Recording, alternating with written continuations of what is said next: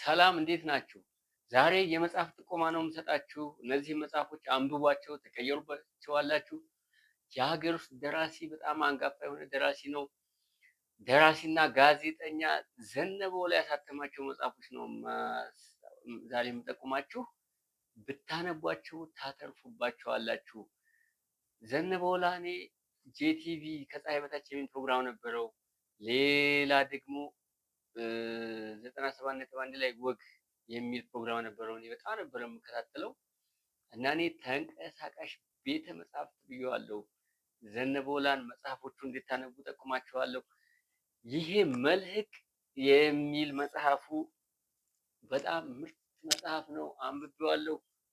ኢትዮጵያ እና ኤርትራ አንድ ላይ ያሉ የቀይ ባህር የነበራት ኢትዮጵያ በዛ መርከበኛ ነበር ይመስለኛል እና እዛ ያለውን ታሪኩን የጻፈው ስለ ምጽዋ፣ ስለ አሰብ፣ ሌላ ደግሞ ማለች አሰብ፣ ምጽዋ፣ ዳህላክ ደሴት ስለነሱ ማወቅ ከፈለጋችሁ፣ ስለ መርከበኛ ህይወት ማወቅ ከፈለጋችሁ በጣም የተለያየ ነገር የጻፈበት ይሄ ምርጥ መጽሐፍ ነው። አንብቡት። ሌላ ደግሞ ዘ ሻምፒዮን ኦፍ ዘ እርዝ 2006 ሲንጋፖር ላይ ተወልደ ብርሃን የሚባሉ ሳይንቲስት ናቸው። በጣም በዓለም አቀፍ እውቅና ያላቸው ኢትዮጵያ ውስጥ ብዙ ምርምር የሰሩ ታዋቂ ናቸው።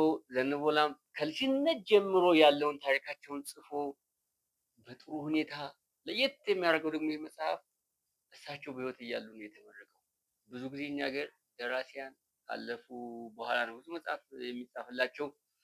ለሳይንቲስቶችም ለየትኛውም ግለሰብ ብዙ ጊዜ የሚጻፈው ህይወታቸው ካለፈ በኋላ ነው። እኚህ ሳይንቲስት ግን በህይወት እያሉ ነው ያሳተሙላቸው። በጣም ምርጥ መጽሐፍ ነው፣ አንብቡት።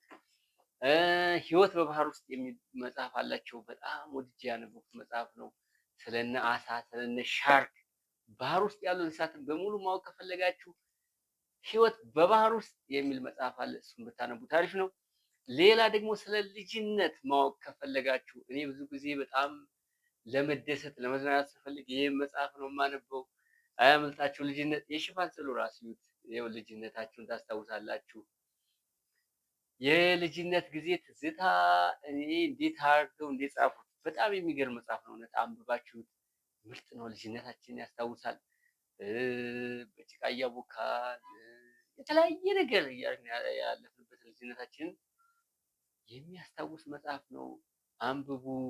ማንበብ አስተሳሰብን ይቀይራል።